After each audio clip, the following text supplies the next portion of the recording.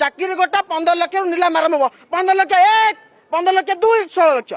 16 लाख 1 18 लाख माने यही भाई ढंग से चाकरी नीलाम कर आम पिला रेडी कौन पैसा देला चाकरी ना 10 लाख 15 लाख दबु चाकरी नबु तापर समय पुणी दुर्नीति करू 15 लाख कमेउ पिला भी रेडी जे ओएसएससी रो चेयरमैन अछंती सी है पूर्वतन डीजी तांकू कौन आमको आईन बुझा पड़ो देखु ओएसएससी द्वारा कंडक्ट करा जो एग्जाम डिप्लोमा इंजीनियर मानक जो एग्जाम होता कंबाइंड टेक्निकल सर्विस जो एग्जाम होता से एग्जाम रो ठीक 24 घंटा पूर्वर 88 जन परीक्षार्थी 7 दलाल एवं 9 दलाल एवं गाड़ी गोटे बस 8 खंड गाड़ी सहित गोटे होटेल रु पिला एडमिट कार्ड एवं तांकर जो नोटिफिकेशन ओएसएस रो नोटिफिकेशन एवं टंका सहित जबत करागला कारण